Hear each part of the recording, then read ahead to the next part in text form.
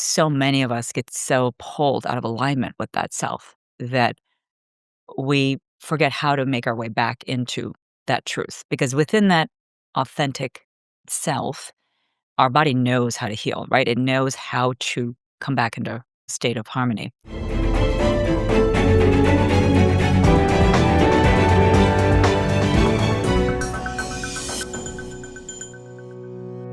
Welcome back to Born Superhuman. So I'm very excited for today's guest. I got to see her speak on stage and was such a dynamic impact, not just watching what she was doing, but watching the reaction of the audience. And I felt I need to bring this messaging to all of you that are listening because it really is so simple and yet life changing. So I could go into much more, but why waste time? I would just like to welcome to Born Superhuman, Dr. Trupti Gokani. Thank you so much for having me. So grateful to be here. Yeah, you have such a beautiful energy about you, and getting to speak with you and work with you a little bit off of the stage as far as exchanging ideas. Yeah. You've got this aura about you Mm. that I'm sure is why you've been so successful. Everything from mindset coaching to so many different things. You're a master practitioner of, is it, if I say so, right, NLP? NLP, neuro linguistic programming. Yeah. Yeah, which is Yeah. amazing. And then I got to say this as well, Ayurvedic. Tell me how I'm saying that one. Sure. Ayurvedic medicine, Ayurvedic, Ayurvedic medicine. And yet you've got such a history of looking at Western medicine, trusting where it fits, but then that Eastern holistic side that you've gone out and explored. And I think that's really why you have such a dynamic impact. If I read your bio, Mm, I mean, it would take us an hour just to get through it. You've done so much. But I'm going to start off with maybe the hardest question I've ever asked anybody. mm. What is the greatest impact that you've found in all that you've done that's affected people across all genres, ages, sexes? What is it? What's the one thing that you've found? The greatest impact, honestly, is giving people hope when they don't have hope. Beautiful. Explain a little bit more. And if you have any stories, throw them out. Mm. And a lot of it was based on the idea that in my own world, and you heard that story on stage, in my own dark night of the soul when I was struggling and gonna quit medical school, I didn't have answers as to why I was struggling. And I looked towards the trusted Western medical system and didn't find the answers. And I really went down as many paths as I could in that direction until I was gonna give up hope. And then I didn't even realize the beauty of Eastern medicine until I went to the bookstores and started reading. Because even though I'm Indian of origin, grew up in the United States, I was born in East Africa, didn't have these ancient tools in my back pocket. So when I started reading these books and started learning about different approaches to healing, which I didn't even know existed, I finally had this sense of hope. And I realized that was what carried me forward. And then fast forward to when I started practicing medicine, because I stayed in medical school, finished residency in neurology, opened my own integrative practice. I had patients that would walk in. I have a story, Wendy, I'm thinking about. She was one of the individuals I talked about on stage. I have so many more like her, honestly, that came to me and said, "You're my last resort. You've all I've got. I'm going to give up. If you can't help me, I've got nowhere else to turn."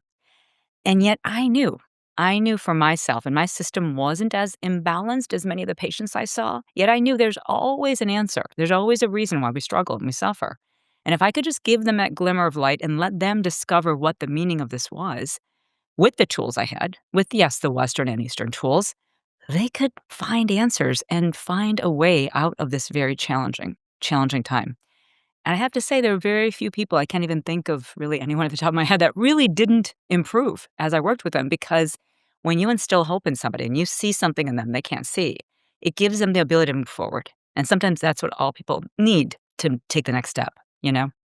There's so many people listening that know they're suffering, but we've become the beauty of the body and the danger of the brain is that we accept where we're at and that becomes the norm. And we don't know that we're underperforming or we're just existing, not living. Let's go back to you as a young girl. What was your upbringing and how do you feel that that transitioned you to be where you are today? Because I'm a big believer, as you know, that everything that happens is a gift if we wrap it correctly. Absolutely. And it took me many years to discover that and have that belief that you just shared. Uh, I was, born in a place where, quite frankly, it was a very volatile situation. We were, within a few months of my birth, kicked out of the country, East Africa, in Kampala, Uganda. And I was smuggled out of the country, brought to the United States. And basically, we were penniless. Didn't have everything was taken from us, our home, our money. My dad was a physician in East Africa, yet coming here, whatever he had trained in wasn't accepted here in the US. So he had to start his training over again. So in the early days, when we really had nothing in terms of income and financial well being, what we did have was this internal strength, and my mom gave me a lot of strength. And she'd always say to me and my sister, "Hey, work hard and you'll succeed. Work hard and you'll succeed." And it was that mantra and that belief system. She was so grateful, thankful that we were accepted here in the US and we were given a second chance.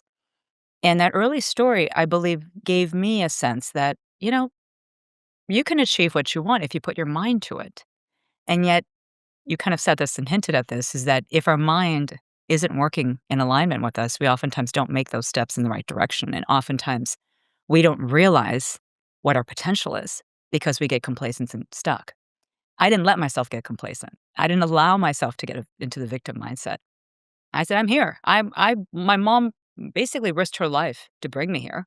So I'm not going to take this life gently. I'm going to take it seriously. I owe it to her to do something important with my life. So a lot of my early journey was kind of getting myself out of my victim mindset because I did have some of that. Oh, why don't I have this? Or why don't wish we had that? And I'm not gonna, sugarcoat it. I definitely wished I had more. Yet as I start to shift my thinking, and this is where I eventually got to medical school and I really shifted in medical school and started to pause and say, wait, why is this medical challenge happening for me? Why am I struggling like I am? The Western doctors don't have the answer because it's not a pill that's gonna fix this. It's a shift in my mind that's gonna fix it. It's a shift in my belief system that's gonna fix this whole scenario. And that is the journey that I think every single person can take. I'm not unique to that. Anybody can do that.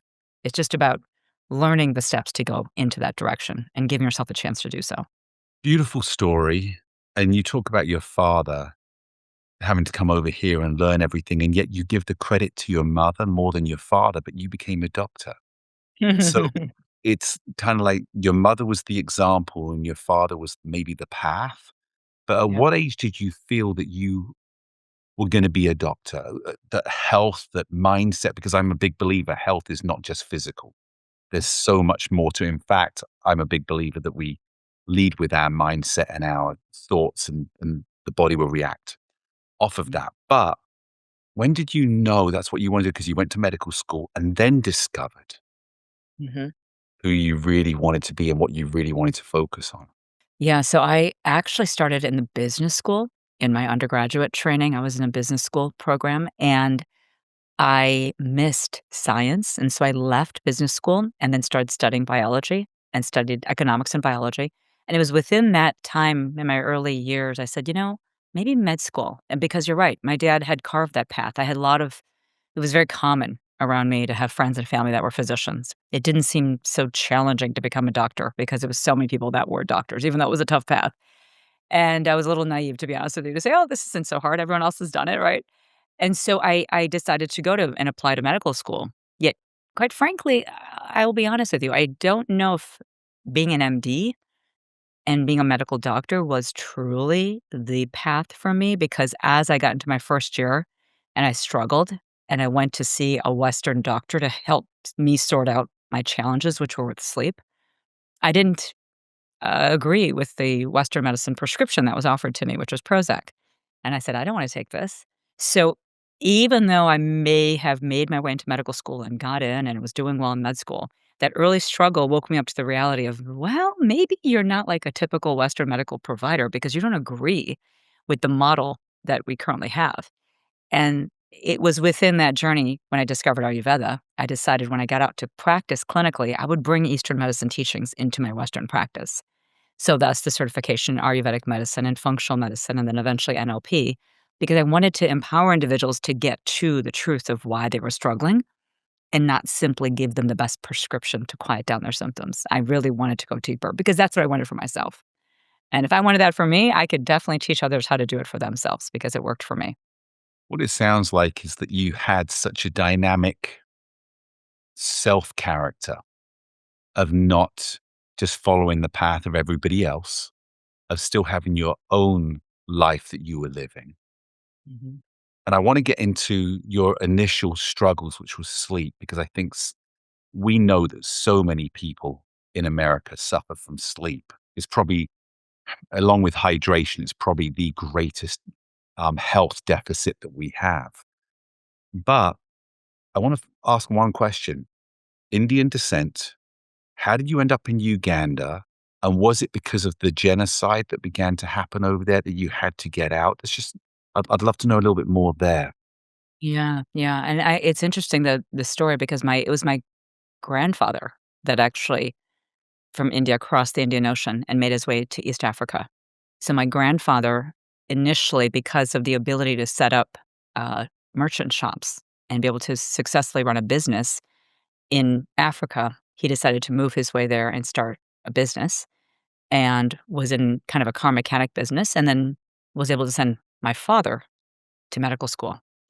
And it was interesting because not everyone had the opportunity to go to medical school if they could even get in, because not everyone had the income. Yet those that had collected enough money and the children that were studying hard to become a physician were able to enter those, those disciplines, they were able to succeed. And what happened over the course of time was that the South Asians that had migrated over, because it had been a couple of generations that migrated over from India, they did very well in East Africa, setting up retail shops, becoming physicians, becoming really successful individuals in all kind of walks of life. And unfortunately, this is Kampala, Uganda, the local Ugandans felt a little bit threatened by the East Africans that were Indian of origin. And Idi Amin had come in 1971. He had taken over a military coup and became a dictator and was following a lot of Hitler's words from that time and basically would say things to the to the South Asians in a way that was very threatening and to a point where he said, "All of you need to leave within 3 months." I remember asking my dad, I said, "How did he announce that? Like, what was the method of sharing this with you?" And he said, "Well, things got more and more tense.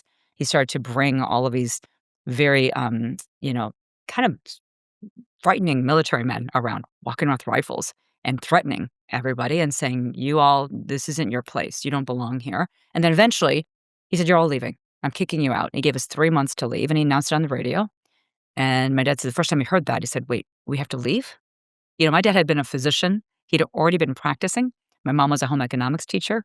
We had a house. We actually had 3 servants, and this is where there is some sense of understanding of where they were feeling threatened by us because our servants were Ugandans.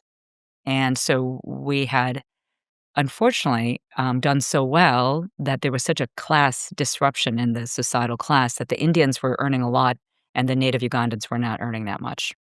And so that big potential, that big shift in terms of wealth to our South Asians threatened the society as it was. So unfortunately, gave us 3 months. We were kicked out. My dad was unable to get me paperwork to help me exit safely. So my mom smuggled me out, hid me, and smuggled me out of the country. And so that was kind of the early story. So even though I'm Indian of origin, parents and grandparents were born in East Africa. So Right. practicing Ayurvedic medicine is not something that was in my back pocket. A lot of people say, "Oh, you're Indian. You know about Ayurveda. It's from India." I have 0 connection with India. This isn't because of India. This is because I was struggling as a medical student and was looking for some answers, and that literature and that science what gave me the answers. There's two things that stood out there. You were born in Uganda because you didn't have paperwork. Are you considered Ugandan still? That's your natural heritage? Or I should Yes. say birthplace.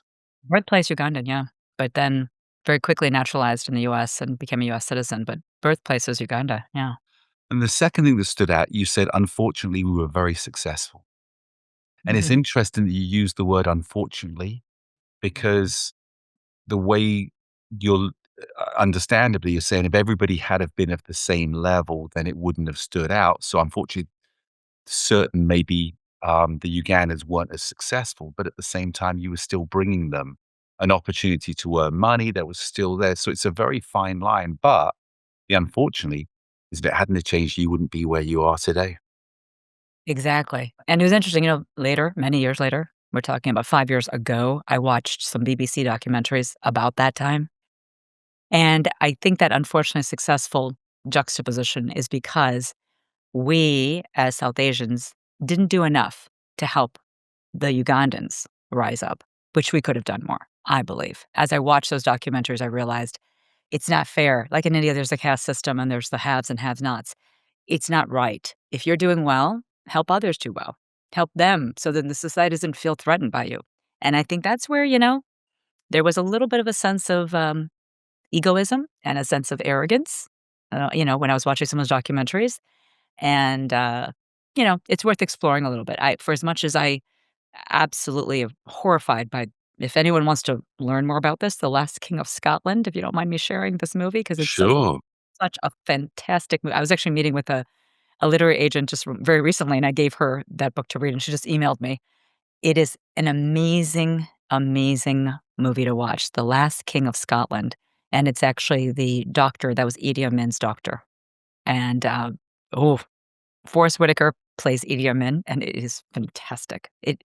I did a presentation on Idi Amin when I was in 6th grade, and I brought chills down my spine watching it because I remember prepping for that presentation, and just don't watch it before you go to sleep. It's chilling. It's chilling to hear about this story. But I'll say, so in that time, and there was, for as horrifying as it was, you've got to think about, why did that have to happen? Why did this have to happen? And when you start looking at, I believe, we all take accountability in everything, right? And so there's some degree, I believe, that the South Asians could have taken to maybe help the society feel not so threatened by them. That's my take. Obviously, I don't know the full story, but researching it some more.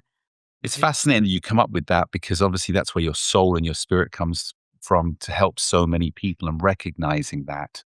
And at the same time, we're in a very similar society worldwide since globalization now, where the gap between the haves and have nots is widening, and those that could be becoming the haves are actually having so much taken away from them. Right. But turning back to health, because I think this is really where it all comes down to, the have and haves nots are also considered healthy and not healthy. Mhm. And yet, so much of our health shouldn't cost a penny. Right. It's already in us. It's unleashing the miracle within. Take us into the health world. Take us into your protocols that anyone listening could say, I understand. That's me. What can I do? Mm. That's beautifully said, because it's true. It really shouldn't cost us as much as it's costing us. And when you look at the numbers, especially here in the US, right? 4 trillion in healthcare in the, 2020, going up to, I think, 4.5 trillion at this point, going to 6.28 trillion in spending in 2028. The money and the spending is outrageous. And when you really think about Eastern medicine and ancient medicine and just mind, body, spiritual approaches, it's really reconnecting with your authentic, innate, harmonious self that's in harmony, that's balanced. Yet so many of us get so pulled out of alignment with that self that we forget how to make our way back into that truth. Because within that authentic, you know, self, our body knows how to heal, right? It knows how to come back into a state of harmony. And so the best way for anyone to think about how to reclaim that and how to move their way back into that state. I do love Ayurvedic medicine because of the very simple principles that we're all linked to the world around us and the 5 elements of air, space, fire, earth, and water. Every single one of us has those 5 elements: air, space, fire, earth, and water. When you're born into a nature, and some of us are born into more of the air and space elemental makeup. We call it the Vata, V-A-T-A, Vata types.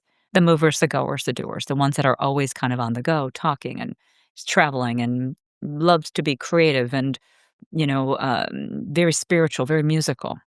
The Pittas are the fire and water types. Fire and water, if that's you, you're more driven and competitive and muscular and kind of you're somebody that loves to get things done. Very clear, very organized, very detailed, you know? The fire energy gets you to really move forward. And then the Kapha is the earth and water type, the grounded, bigger body frame. You know, oftentimes the Pitta is more muscular, the Vata is a little bit thinner, the Kapha is the bigger frame individual, more grounded, introspective, kind of internal. And the three types, the beauty of knowing where you are in terms of your imbalance is that you can start to bring yourself back into balance because if you get to know where you are now, so if I am running out of alignment, the first thing to do is say, okay, which of these three natures is out of balance? Am I too windy? Am I too earthy? Am I too fiery? You know, I do have a quiz, you know, my website, people can take a free stress personality quiz. You figure out, am I too windy, fire, earthy? And this is what I did for myself. This is actually how I figured out my issues. I was like, I don't get it. Everyone in Western medicine says I'm fine because I'd seen multiple doctors. They did my labs when I was struggling. It was mainly sleep issues. I'd gone 3 months not sleeping at all and was close to quitting med school. And every doctor said, you're fine. Your exam is fine. Your labs are fine. There's nothing wrong with you. I was like, there is something wrong with me, you know, and then eventually went to the psychiatrist, gave me the Prozac, which I didn't take. I said, I'm not taking Prozac. I'm not depressed. I just need to figure out why I can't sleep. And so Western was basically saying, you're fine. And then I got to the psychiatrist, Western, I should say conventional internal medicine doctors. The psychiatrist said, you're depressed. And I said, no, I don't agree with that. But then Ayurveda, different diagnosis. I was running windy. I was moving too much, going too much, disrespecting the bedtime routine, disrespecting my eating routine, drinking the wrong things, eating the wrong things. So, one of the simplest things one can do is start to say, wait a second, which state is out of alignment? Am I too windy? Am I too fiery? Am I too earthy? Then you start to say, what is making me too windy? And what can I change about that? Obviously, I'm in med school. So obviously, the energy of the people around me and the curriculum was pushing me. Yet, I could bring that wind down by making myself do what? Start to create a routine. Windy loves to be very spontaneous. What balances an excess wind is to create a pattern. Get up at the same time, get to bed at the same time, 3 meals a day at the same time, which was so hard for me to do. Yeah, doing that and a few other tricks, you know, I was sleeping again within a couple of months. So, step one is get to know your state, I think, and where you are. Step two is then, based on that, you could start to actually shift yourself into alignment with your foods, your diet, with your individuals you spend time with the kind of activity you're doing, even the exercise. I was kickboxing, okay? Kickboxing is very movement oriented and very fire energy. And I was windy and fiery. I was kind of having problems falling asleep, which is a windy imbalance, and problems staying asleep, which is a fiery imbalance. So the worst thing for me to do was like that Taibo kickboxing, if you remember that. So I started doing restorative yoga, which I resisted, but it was changing that during that time. Now I can go back and do it now because I'm sleeping well. But at that time, I had to take it away. Does that make sense? Yeah, absolutely. And Billy Blanks, it's a good Yeah. friend of mine. You remember Oh, that whole thing? Yeah, I know Billy very well. He's a great guy and still great kicking to guy. this I day. mean, did those all the time. But for me at that time, in that state, was not a good idea.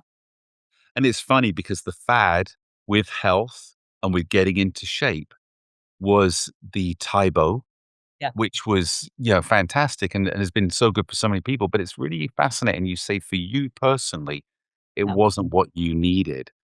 Mhm. You said on your website Mhm. that people can go and do a test, but once they know who they are, how do we then figure out and trust? Because Yeah. we get all this messaging from social media now that there's one way. And the truth is, there is not one way. Everyone's unique and individual for their own way.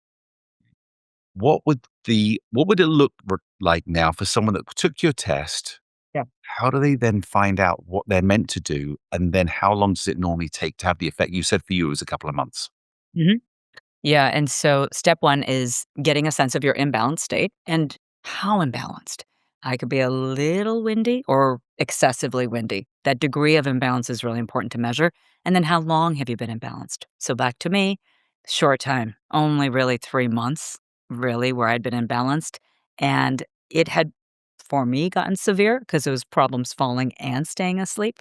That initial part of my sleep issue was problems falling asleep every night, where I wasn't falling asleep until 4, 5 o'clock in the morning. And then eventually after another month or so, then I just was up all night. So you wanna look at the degree, the severity, and, the duration. So that's gonna kind of play a role into how many tools one will need to add and which tools.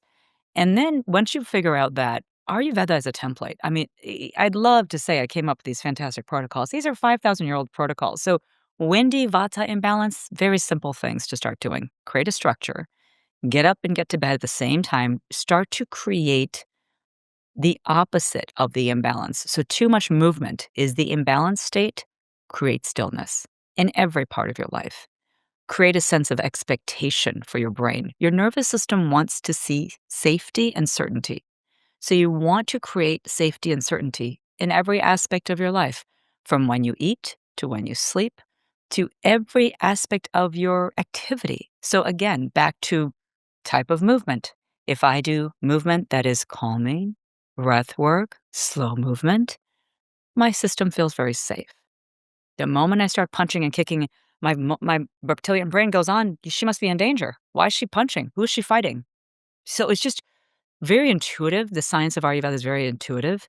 So, an example of Vata imbalance, you want to start doing things that create certainty and safety. You want to start eating warm and cooked foods because the air and space element creates a windy energy. Imagine wind blowing on us, you start feeling cold.